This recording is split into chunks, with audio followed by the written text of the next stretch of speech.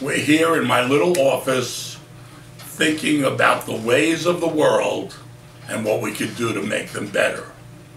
Now, if you're watching this video, I'm going to make an assumption that you may have a problem with alcohol, drugs, or some other addiction. So I'm going to give you a little story that may make it simpler to embrace your problem and make it a little simpler to accept it and come to the solution. Alcoholics Anonymous, which was founded in 1935, less than 80 years ago, was founded by two gentlemen, a stockbroker from New York and a doctor from Ohio. And they came up with what I believe was a God-given scenario called the 12 Steps.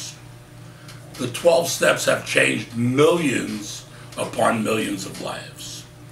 Because initially that was Alcoholics Anonymous. Since that time, there have been and are currently over 100 12-step programs for everything from gambling to food to sex to narcotics and everything you can imagine. And you say, why did it take so long? It's only in the last 80 years that they've come up with a solution for all of these addictions, meaning the 12 steps. But let's look at this. Thousands of years ago, on a mountaintop in Israel, God actually gave this thing called the Ten Commandments to someone named Moses. Long before anybody thought of a 12 steps. The 10 Commandments, well, why would we need 12 steps if we have 10 Commandments? I've done a lot of research. I've done a lot of studying. And I'm going to share with you what I've come to find out and come to believe in all of my analysis. The 10 Commandments do not work for people like you. It do not work for people with addictions of any kind. And you know why that is?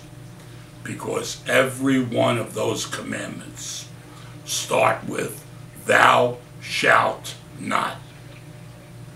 And if we tell people like you, thou shalt not, myself also, you begin shouting all over town.